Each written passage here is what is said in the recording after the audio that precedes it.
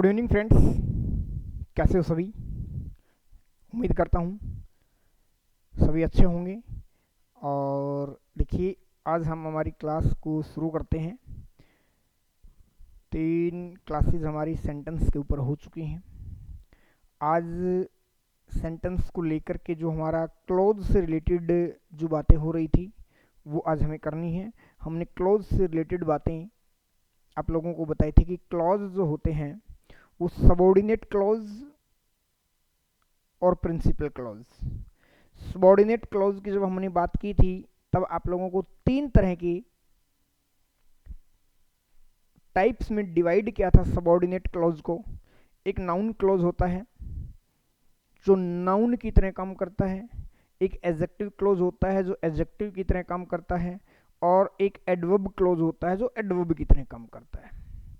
यानी कि वर्ड क्या है, एक एडजेक्टिव एक वर्ड और एडजेक्टिव एक क्लोज, नाउन एक वर्ड नाउन एक क्लोज। इन सब का डिस्कशन हम हमारी प्रीवियस वीडियो के अंदर कर चुके हैं। आज हम उस सबऑर्डिनेट क्लॉजेज जो हैं हमारे 3 जो थे उनका हम थोड़ा सा डीपली एनालिसिस करते हैं। देखिए,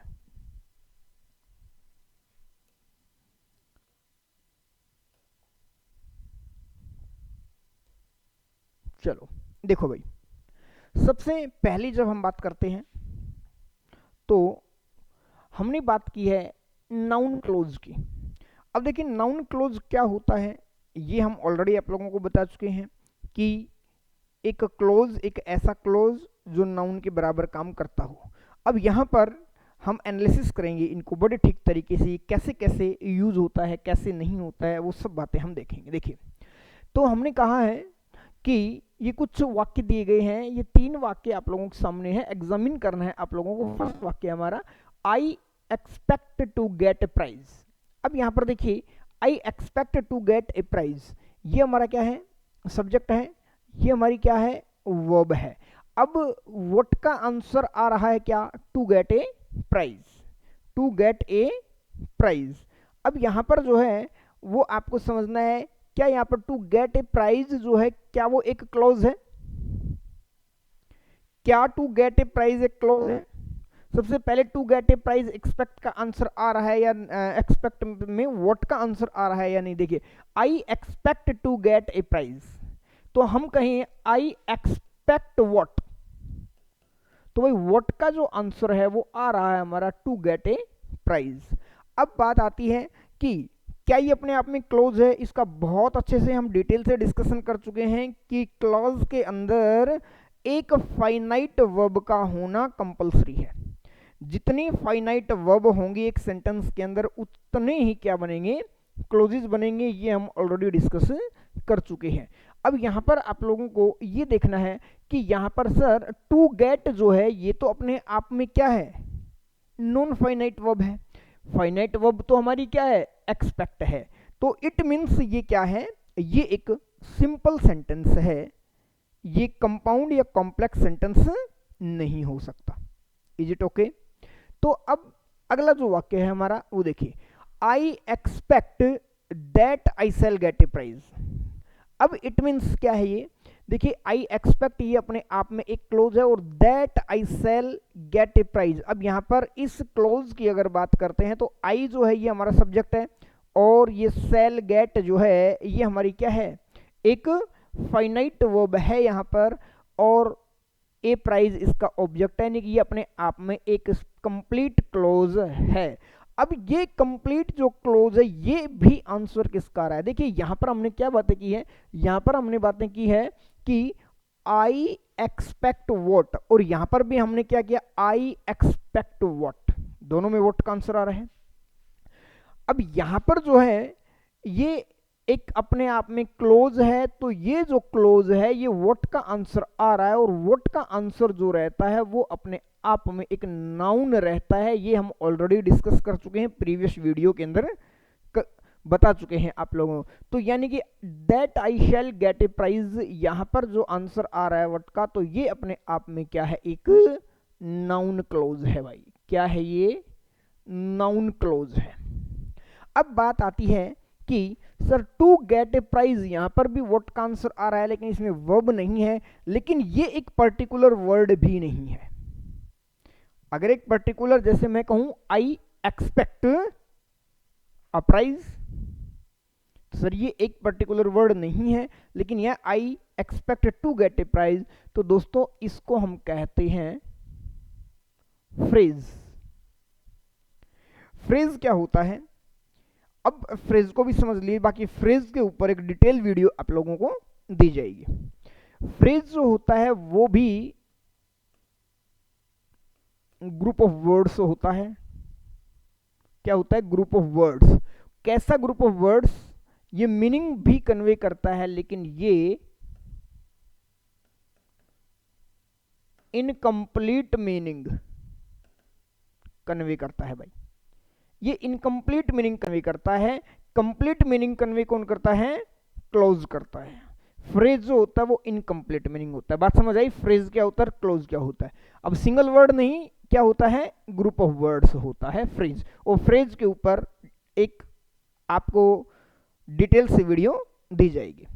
और इसी टॉपिक के बाद जब हमारा बहुत अच्छे से हम इन क्लोजेज को समझ लेंगे, इसके बाद ही दी जाएगी, डोंट वरी, सारी चीजें आपको बड़ी तसल्ली से करवाई जाएंगे।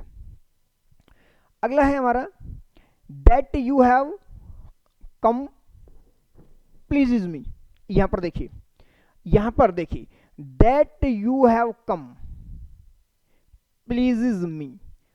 अब बात को समझिए यहां पर कि यहां पर हमारा जो हमारी मेन वर्ब है वो क्या है, ये है भाई मेन वर्ब प्लीज। इस प्लीज के ऑब्जेक्ट की अगर बात करते हैं तो क्या है, मी। भाई प्लीजेज यानी कि प्लीज हुम, किसे खुश करना, कौन खुश होता है, तो सर मैं होता हूं, मी जो है इसका आंसर आता है। तो ये हमारी मेन वर्ब है, ये इसका ऑब्जेक्ट है। अब बात आती है ये क्या है फिर, भाई ये सब्जेक्ट है कि what pleases you, what pleases you, क्या चीज है जो आपको खुश करती है। तो देखिए व्हाट का आंसर आ रहा है। सबसे पहली बात तो व्हाट का अगर आंसर आ रहा है तो वो नाउन है। अब वर्ब से पहले हम व्हाट का आंसर ले रहे हैं, तो वर्ब से पहले क्या, सब्जेक्ट है। तो यानी कि यहां पर जो व्हाट का आंसर आ रहा है, यानी कि नाउन क्लोज जो है ये ऑब्जेक्ट की जगह आ रहा था, यहां पर जो नाउन क्लोज है वो सब्जेक्ट की जगह आ रहा है कि दैट यू हैव कम, आप आए, ये बात क्या प्लीजेज में, मुझे क्या करती है, खुश करती है, मुझे अच्छा लगता है आपका आना। तो ये जो अपने आप में ये इसका सब्जेक्ट है और ये वर्ब है, यानी कि ये अपने आप में कंप्लीट क्लोज है। और भाई ये कंप्लीट क्लोज है तो सब्जेक्ट की जगह आ रहा है, तो ये अपने आप में नाउन की जगह पर आ रहा है। बताइए बात समझ आई या नहीं आई। हम इसको डिटेल से देखें, नाउन क्लोजेज के बारे में डिटेल से बात करेंगे। कहाँ कहाँ पर, यहाँ हमने दो चीज़ों को जगह दी है, एक सब्जेक्ट की जगह और एक ऑब्जेक्ट की जगह। बाकी इनके अलावा ये कहाँ कहाँ यूज होता है, सारी बातें डिटेल से आप लोगों के सामने आ रही हैं। अब छोटा सा एक इसकी डेफिनेशन ये हमने बता दी है, डेफिनेशन आप लोगों को ऑलरेडी समझा दी है। अब इसका एक माइक्रो टेस्ट के आधार पर हम कुछ सवाल हैं यहाँ पर लेकर आए हैं। देखिए, I fear that I shall fail, I fear that I shall fail.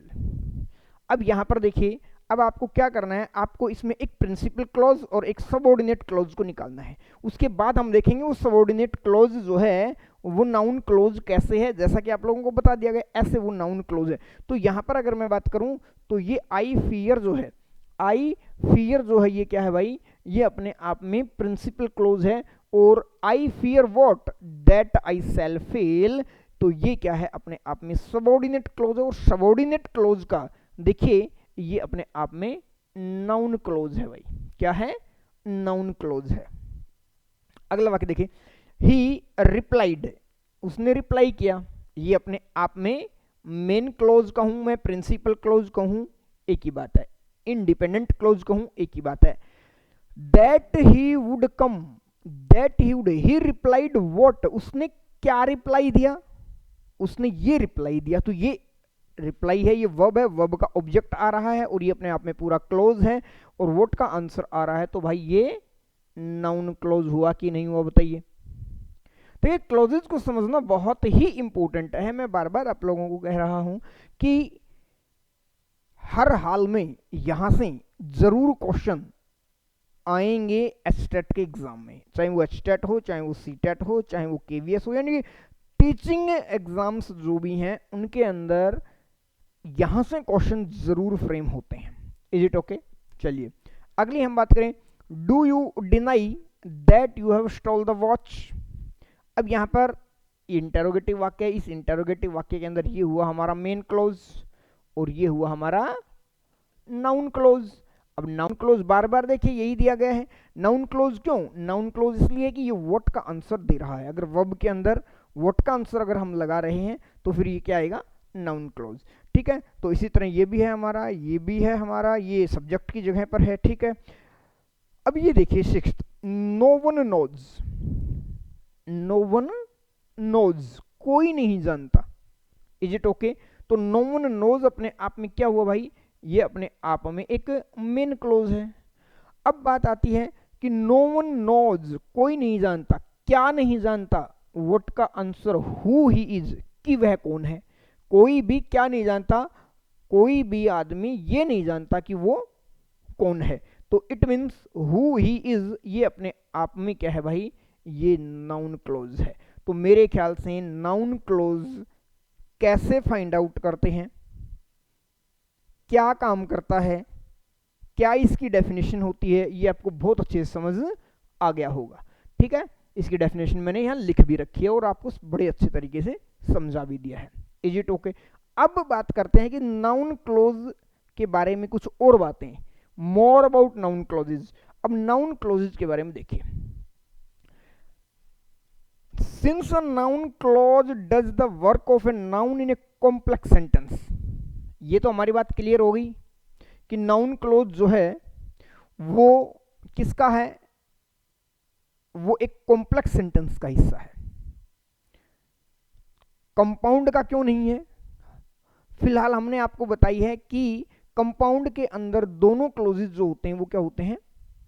अभी हम दो ही क्लोजेज की बात कर रहे हैं कि दोनों क्लोजेज मेन क्लोज होते हैं, तो फिर वो सबऑर्डिनेट नहीं हुआ। तो इट मीन्स ये हमारे सामने क्लियर हो गया कि नाउन क्लोज जो है वो एक कॉम्प्लेक्स सेंटेंस का हिस्सा है। और अब इस कॉम्प्लेक्स सेंटेंस के अंदर जो नाउन है वो कहां कहां पर काम कर सकता है उसकी बात करते हैं। The subject of a verb, ये एक वर्ब के सब्जेक्ट के रूप में काम कर सकता है। जैसा कि हमने यहां पर देखा है, आप लोगों को ये रहा जो सब्जेक्ट की जगह है। ठीक है, और भाई हमने इसमें भी ये रहा जो सब्जेक्ट की जगह है, बाकी इसमें और भी एग्जांपल्स दिए हुए हैं। तो पहला है हमारा सब्जेक्ट ऑफ अ वर्ब। आगे देखिए इसके एग्जांपल्स मैंने दिए हुए हैं यहां पर। ठीक है, देखो ये object of A transitive verb, object की बातें हमने कर ली है, दोनों तरीके से हमने बातें कर ली है। तीसरी जो बात है हमारी वो है the object of a preposition. ये समझिए कि प्रपोजिशन का भी ऑब्जेक्ट जो है वो एक नाउन क्लोज हो सकता है। और इसकी देखिए आप, मैंने ऑब्जेक्ट की बातें कर ली है, हमने सब्जेक्ट की बातें कर ली है, ये और आप लोगों को आंसर मिल जाएंगे। ठीक है, एग्जांपल्स दिए हुए हैं ये। अब यहां पर देखिए, as an object of a proposition pay careful attention to, ये हुआ हमारा मेन क्लोज। और मेन क्लोज के बाद what I am going to say, ये फुल स्टॉप नहीं है भाई। ठीक है, what I am going to say, pay careful attention to, इस बात की तरफ ध्यान दीजिए। What I am going to say, कि मैं क्या कहने वाला हूं। अब बात आती है कि ये टू क्या है? ये एक प्रपोजिशन है और ये जो है इस प्रपोजिशन का ही ऑब्जेक्ट है।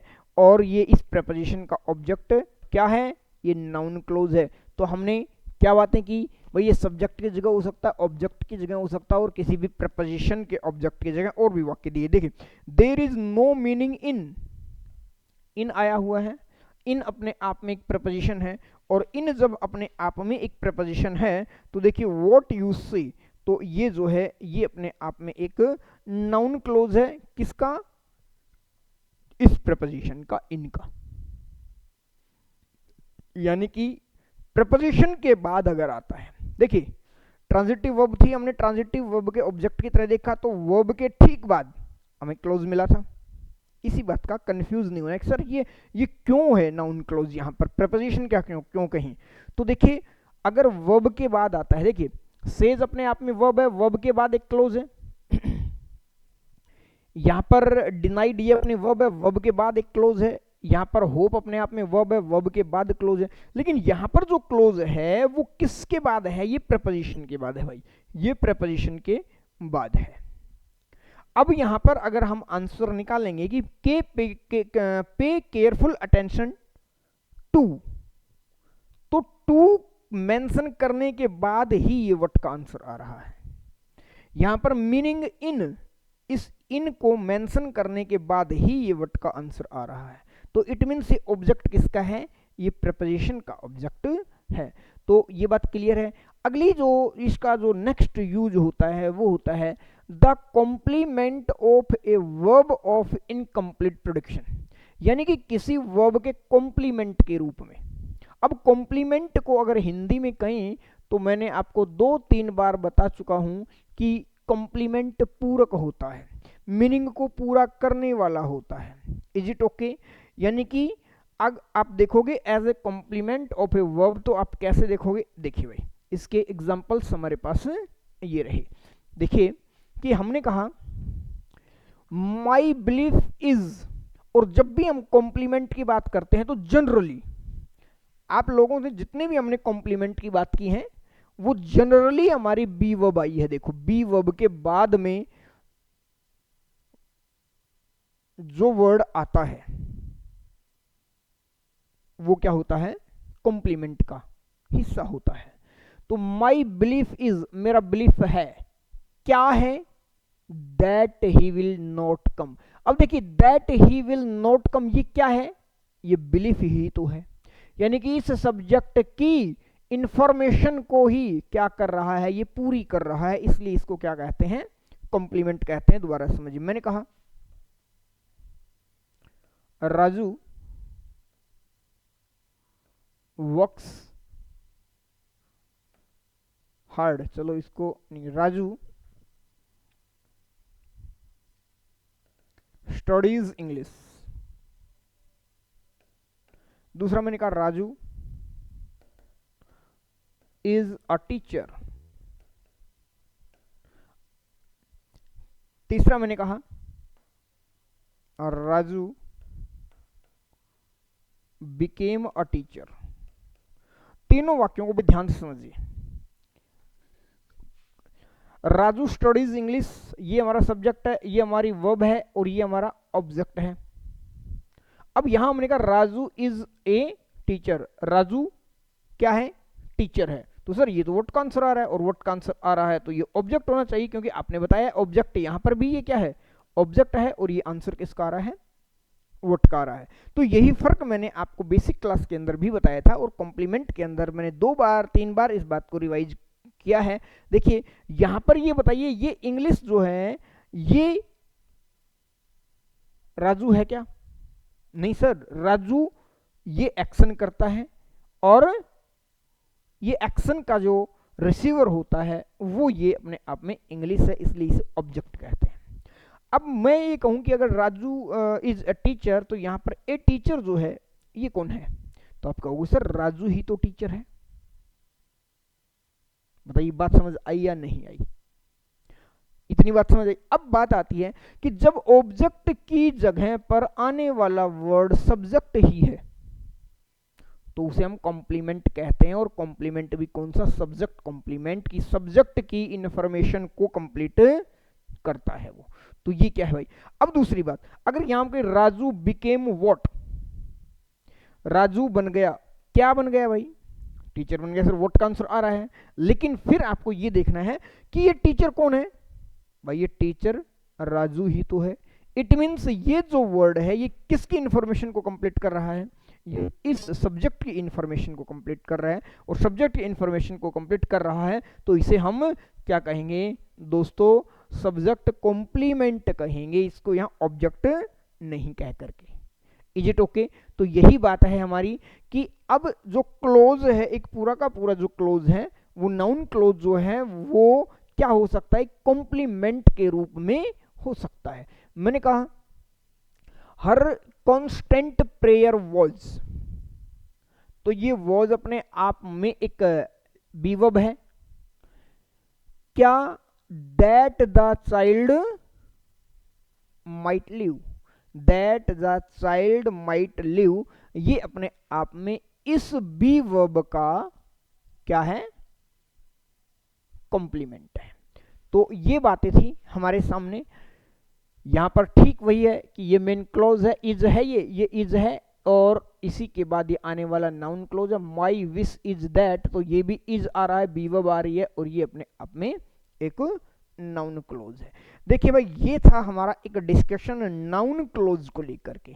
अब यहां पर हमारे सामने जो की पॉइंट्स निकल गए वो क्या है कि भाई नाउन क्लोज जो होता है, क्या निकले कि भाई नाउन क्लोज जो होता है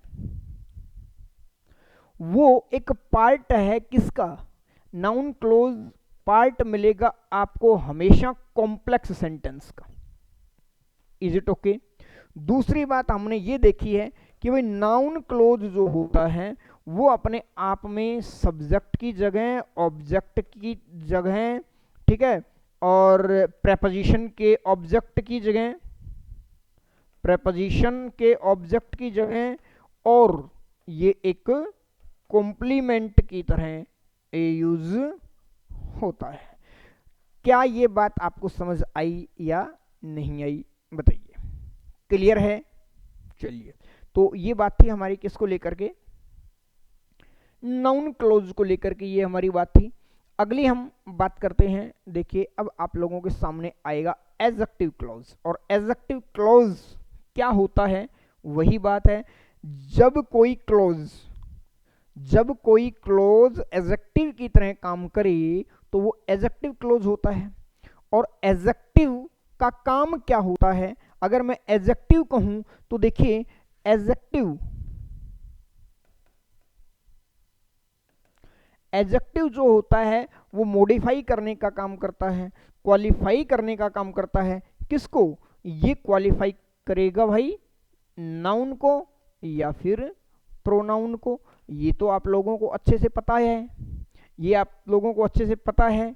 बहुत अच्छा, अब हम देखते हैं कि किस तरह से इनको यूज करेंगे। अब वही बात देखिए, मैंने एक सेंटेंस लिखा है, the umbrella with A broken handle is mine. अब यह समझने की जरूरत है कि द अम्ब्रेला इज माइन, यही तो है, एक मेन जो क्लोज है वो यही है। लेकिन हमने कहा कि विद ए ब्रोकन हैंडल, यानी कि उसका जो हैंडल है वो टूटा हुआ है। तो क्या विद ए ब्रोकन हैंडल अपने आप में क्लोज है? नहीं है।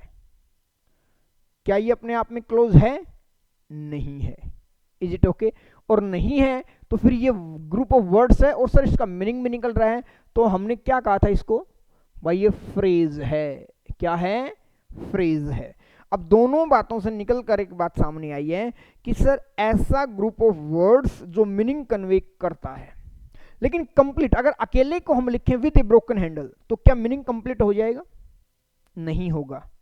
इसलिए ये क्या है? फ्रेज है। और इस फ्रेज को कहते हैं हम एडजेक्टिव फ्रेज, और जहां नाउन की बात आई थी उसको हमने फ्रेज कहा था, वो होता है नाउन फ्रेज। क्या होता है? Noun phrase. अब अगला वाक्य देखिए, हमने कहा the umbrella which has a broken handle. अब which has a broken handle, देखिए which has a broken handle, अगर मैं इसकी बात करूं तो क्या ये अपने आप में एक क्लोज है? भाई ये अपने आप में विच जो यूज हो रहा है ये अम्ब्रेला के लिए हो रहा है, तो इसका मतलब ये हमारा सब्जेक्ट है, और हैज अपने आप में वर्ब है, और ए ब्रोकन हैंडल इसका ऑब्जेक्ट है, तो ये अपने आप में कंप्लीट क्लोज है। जब ये कंप्लीट क्लोज है तो अब ये देखिए कि ये जो कंप्लीट क्लोज है ये मॉडिफाई किसको कर रहा है, किसके लिए यूज किया गया है, ये बताइए। तो आप कहोगे सर ये जो which a has a broken handle, broken handle किसका है? अम्ब्रेला का है। बात समझ आ रही है ना दोस्तों?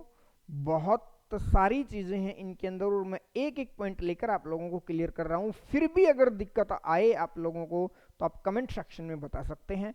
मैंने आप लोगों को व्हाट्सअप नंबर दिए हुए हैं, ठीक है, और जो आपका टेलीग्राम चैनल है उससे आप जुड़ सकते हैं, ठीक है, और आपकी जो भी प्रॉब्लम है आप पूछ सकते हो कमेंट सेक्शन के अंदर या मुझे व्हाट्सअप कर सकते हो, कोई दिक्कत नहीं है। तो यहाँ जो विच हैज ए ब्रोकन हैंडल जो है ये क्वालिफाई किसको कर रहा है, ये किसके लिए आया है?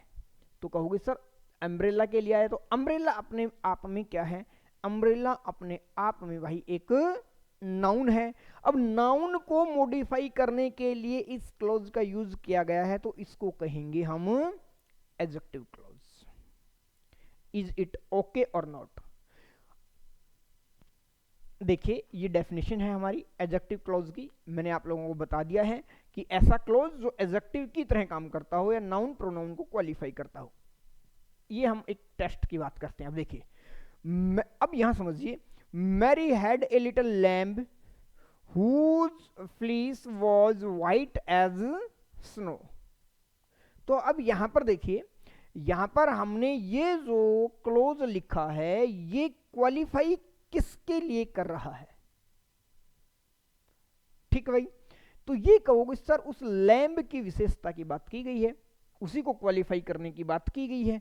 अब लैम्ब अपने आप में क्या है? लैम्ब अपने आप में एक नाउन वर्ड है और ये आया है इसी नाउन को क्वालिफाई करने के लिए। तो नाउन को क्वालिफाई करने वाला वर्ड एडजेक्टिव होता है, लेकिन यहां कोई पर्टिकुलर वर्ड नहीं है, यहां क्लोज है, तो भाई ये हुआ हमारा एडजेक्टिव क्लॉज।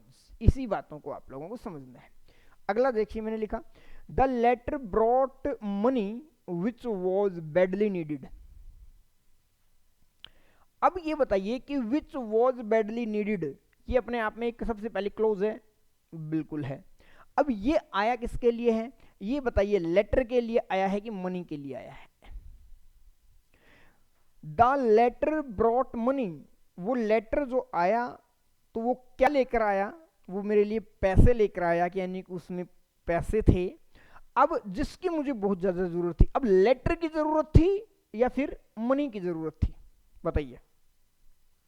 तो आप कहोगे सर जरूरत तो मनी की है, लेटर की नहीं। चाहे कैसे भी आए, वो लेटर आए या ऑनलाइन ट्रांजैक्शन से आए, कैश आए, लेकिन मुझे जरूरत किसकी थी? मनी के। तो विच वॉज बैडली नीडेड जो है ये क्वालिफाई किसको कर रहा है भाई? ये मनी को क्वालिफाई कर रहा है। और देखिए ये जो कॉन्सेप्ट है ना, ये जो यहां पर ये रिलेटिव कंजंक्शन कह सकते हैं, ठीक है, रिलेटिव प्रोनाउन के दौरान हमने आप लोगों को इस बात को अच्छे से बताया था कि रिलेटिव प्रोनाउन कह सकते हैं इसको, और रिलेटिव प्रोनाउन अपने ठीक पहले आने वाले नाउन या प्रोनाउन के लिए आता है। आप रिलेटिव प्रोनाउन को और अच्छे से एक बार देख लीजिए, वीडियो अपलोडेड है चैनल के ऊपर।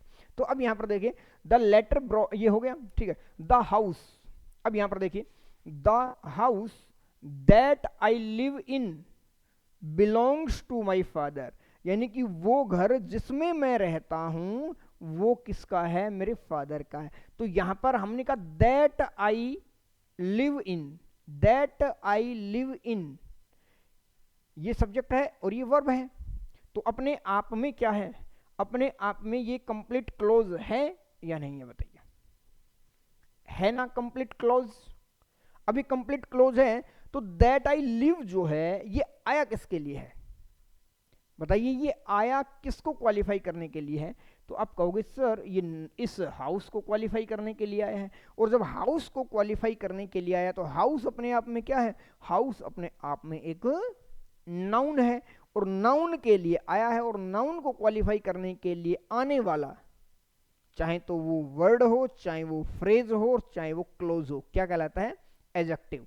तो यहां पर क्लोज है तो ये क्या हुआ? Adjective close. बताइए बात समझ आई या नहीं आई? बाकी ये और एग्जांपल्स इसमें दिए हुए हैं और अच्छे से समझ लीजिए। मैंने कहा I have a little shadow which goes in and out with me. अब यहां पर which goes in and out, कौन कौन जाता है? सर शैडो की बात की जा रही है, ठीक है ना। जब शैडो की बात की जा रही है तो ये शैडो अपने आप में क्या है? एक नाउन है, नाउन को क्वालिफाई कर रहा है। तो ये हुआ हमारा एडजेक्टिव क्लॉज। तो सबसे पहले ये बताइए कि ये और एग्जांपल्स दिए हुए हैं, आप आराम से इनको देख सकते हो, बाद में वीडियो को पॉज करके आराम से। अब बात आती है कि एडजेक्टिव क्लॉज जो है वो उसके बारे में कुछ महत्वपूर्ण जो बातें हैं।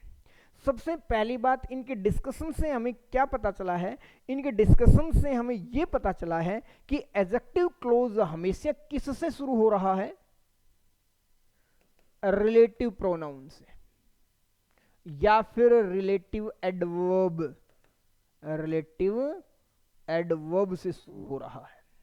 तो यही बात यहां पर देखिए, ध्यान रखिए भाई, यहां पर हमने बात विच की है, यहां पर हमने हुज की है, यहां पर विच की है, यहां पर दैट की है, और यहां पर हमने फिर विच की है, यहां पर दैट से की है, यहां पर दैट का किया है, और यहां पर दैट का किया है।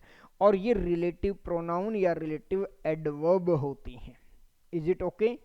अब रिलेटिव प्रोनाउन या रिलेटिव एडवर्ब से इंट्रोड्यूस किया जाता है, इसकी शुरुआत जो होता है इस प्रकार के कंजंक्शन से की जाती है, जिनको हम रिलेटिव प्रोनाउन या रिलेटिव एडवर्ब कह सकते हैं, और इनको हम रिलेटिव कंजंक्शन भी कह सकते हैं। और हमने रिलेटिव प्रोनाउन को बड़े अच्छे तरीके से आप लोगों को बहुत ही अच्छे तरीके से समझाया हुआ है, जिसकी वीडियो आप देख सकते हो। तो सभी के अंदर तो यही बात थी, एडजेक्टिव क्लॉज की मेन बात जो थी कि रिलेटिव प्रोनाउन या रिलेटिव एडवर्ब से शुरू होती है। बताइए बात समझ आई या आपको नहीं आई? Is it okay? क्लियर? अब देखिए मोर अबाउट एडजेक्टिव क्लॉजेज। तो मोर अबाउट के अंदर क्या है? अच्छा यही तो बात है, ये तो मैंने आपको बता दी। देखो N adjective clause is introduced by a relative pronoun, और ये मैंने आप लोगों को बता दिया है। इज इट ओके और नॉट? क्लियर है? अब इसके बारे में जो दूसरी बात है, इसके बारे में जो हमारी दूसरी बात है एडजेक्टिव क्लॉज को लेकर के, वो क्या है? देखिए, the infinitive with to is often used as the equivalent of an adjective clause. अब यही बात हमने जो पहले बात की थी कि द इन्फिनेटिव टू जो होता है वो एडजेक्टिव क्लॉज के समानांतर यानी उसके इक्वल काम कर सकता है। इसके इक्वल काम किया है उसने। हम जो पहले हमने यहां पर जो समझा है वो यही तो है कि ये किसके इक्वल काम कर रहा है। अभी जो 2 + v1 जो है वो इसमें example with A broken handle नहीं है। चलो इसका एग्जाम्पल इनमें नहीं आया है ना, हाँ इसका एग्जाम्पल इसमें नहीं आया, ठीक है भाई। तो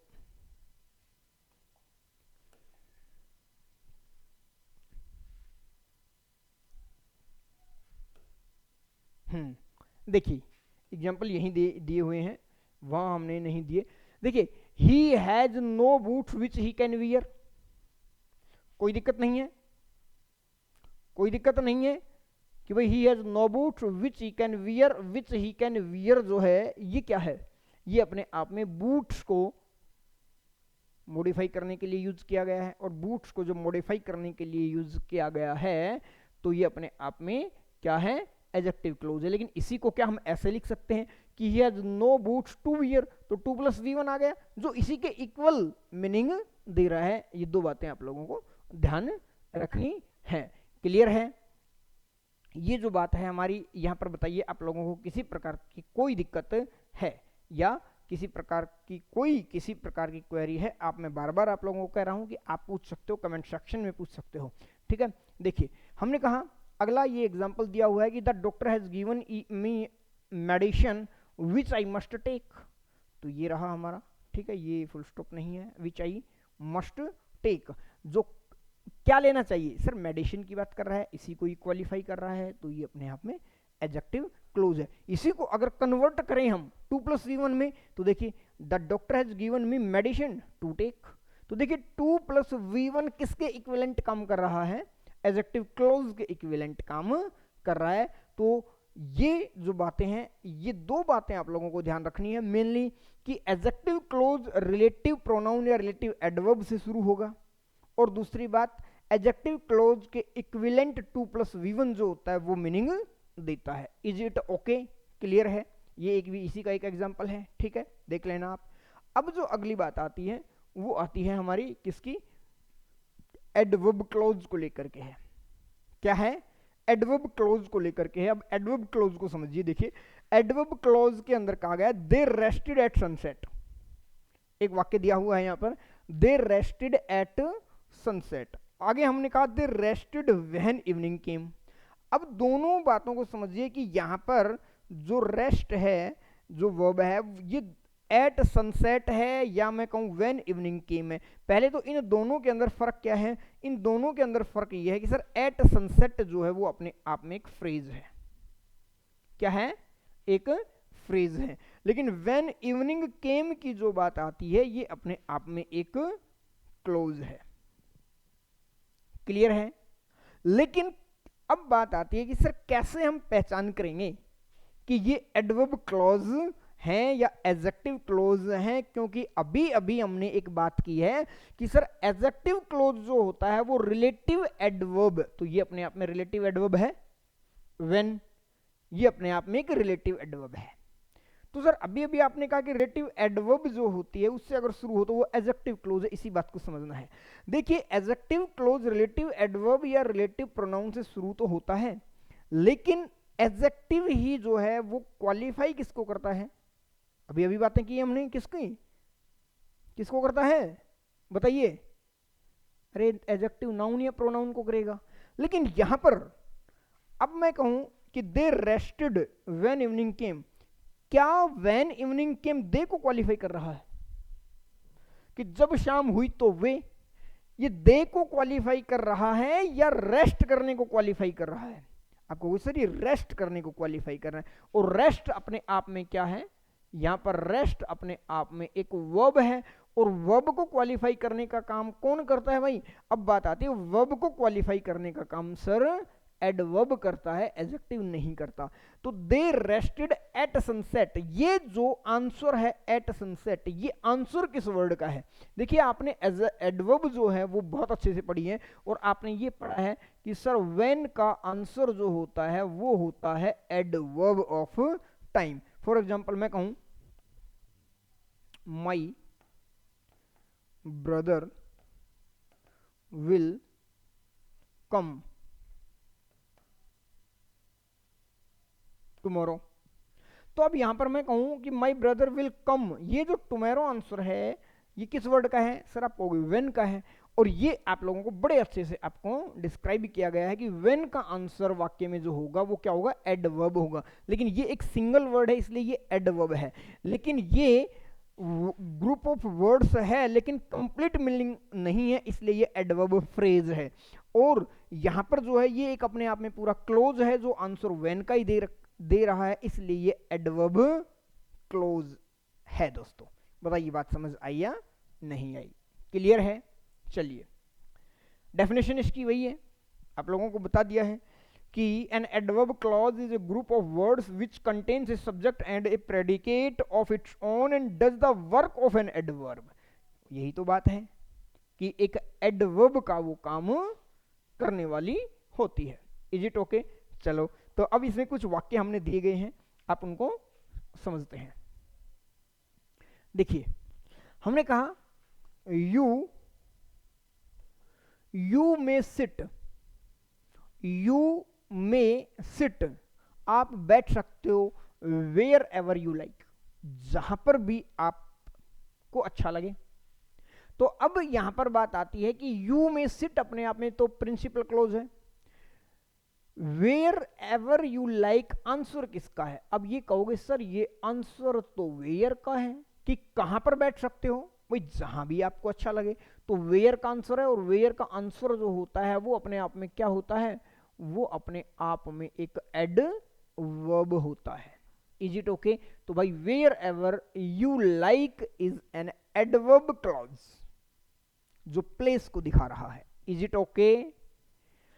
अगला है हमने he fled where his pursuers could not follow, वो वहां पर चला गया है जहां पर उसके जो परस्यूअर्स हैं वो उसका फॉलो नहीं कर सकते। कहां पर? आंसर इसके अंदर अगर वेयर का आंसर लगाएंगे तो हमारे पास ये निकल कर सामने आएगा वेयर का आंसर, इसलिए ये अपने आप में एडवर्ब क्लॉज, और वेयर का आंसर जो होता है वो एडवर्ब ऑफ प्लेस होता है।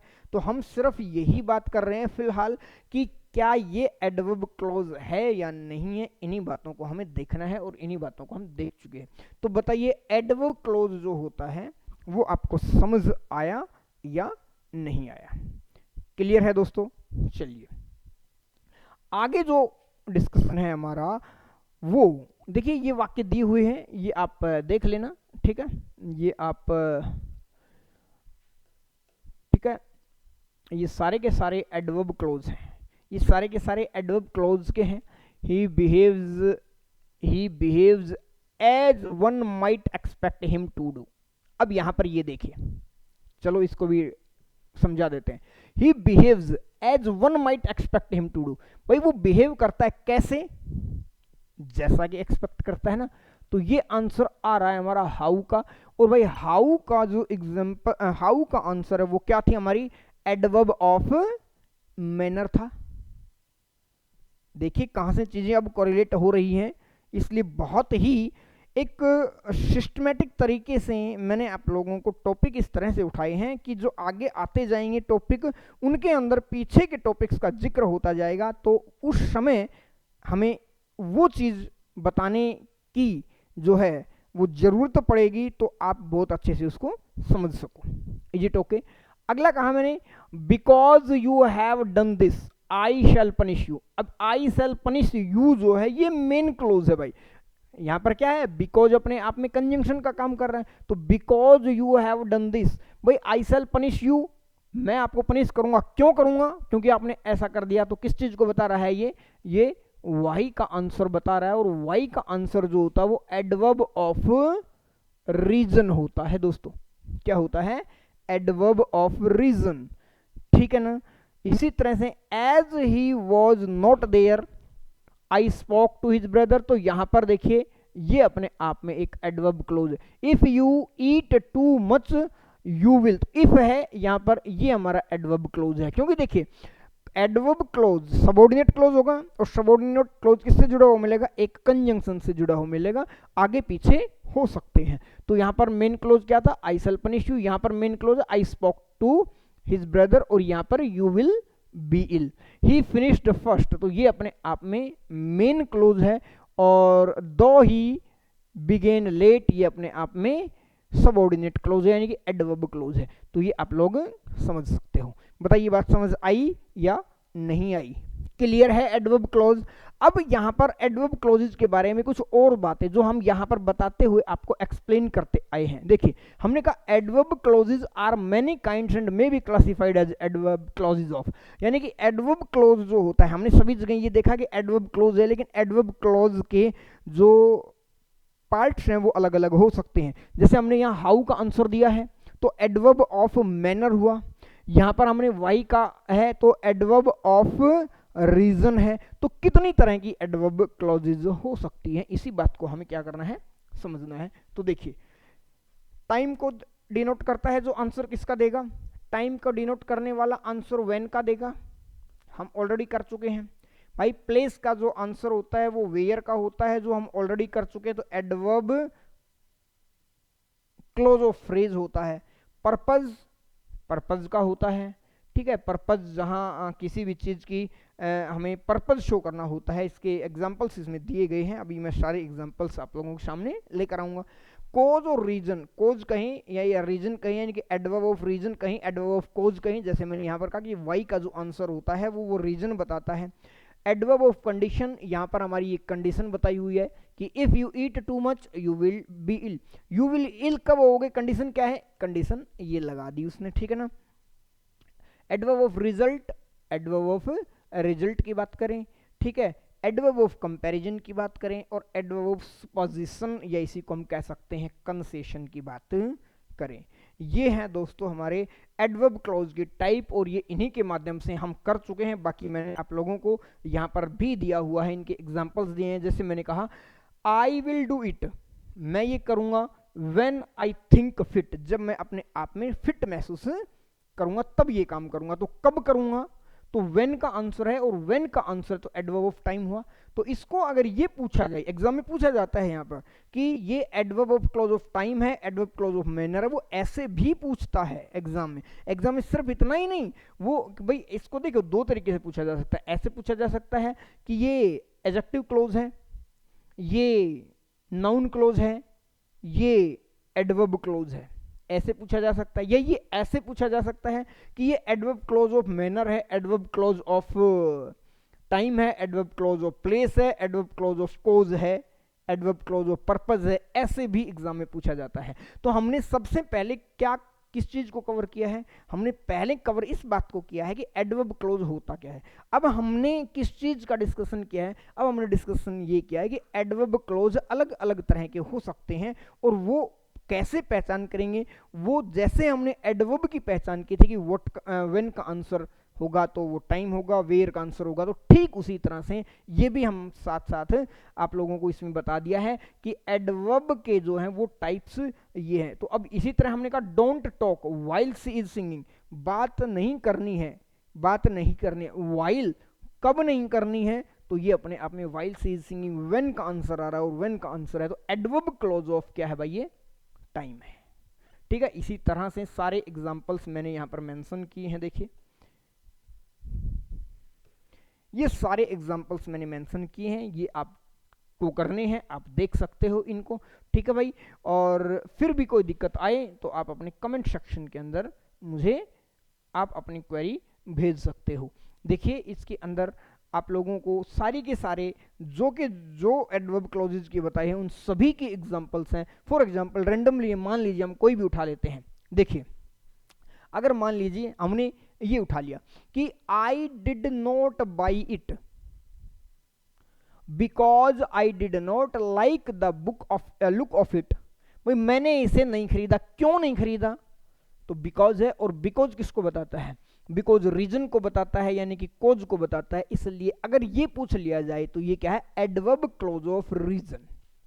ठीक है भाई, एडवर्ब क्लॉज ऑफ रीजन। अच्छा चलिए हमने ये ले लिया, it is taller than I thought, तो देन आई थॉट अपने आप में क्लोज है, बिल्कुल है, लेकिन ये देन आई थॉट ये किस चीज को दिखा रहा है, ये कंपैरिजन को दिखा रहा है कि जैसा मैंने सोचा था उतना वो क्या नहीं है, लंबा नहीं है, यानी कि कंपैरिजन है। तो इसको कहेंगे एडवर्ब क्लॉज ऑफ कंपैरिजन। बताइए बात समझ आई या नहीं आई, किसी को किसी प्रकार का इसमें कोई भी किसी में भी डाउट है, आप मैं बार बार कह रहा हूं आप अपनी क्वेरी भेज सकते हो। तो ये जो बात थी हमारी, ये थी हमारी क्लोज एनालिसिस को लेकर के। देखिए क्लोज एनालिसिस को हम बहुत अच्छे से कर चुके हैं कि कितने प्रकार के होते हैं, कैसे होते हैं, कहाँ काम करते हैं, कैसे इनकी पहचान होती है। इज इट ओके और नॉट, तो क्लियर है।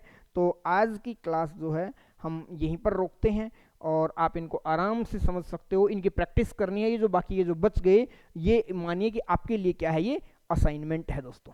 इज इट ओके, तो आज यहीं क्लास को रोकते हैं, और आपको हर एक चीज़ बहुत अच्छे से डिलीवर की जाएगी। और मेरी एक एंड में ये छोटी सी एक गुजारिश है कि जो भी न्यू व्यूवर्स हैं वो प्लीज़ चैनल को सब्सक्राइब करें, लाइक करें, शेयर करें।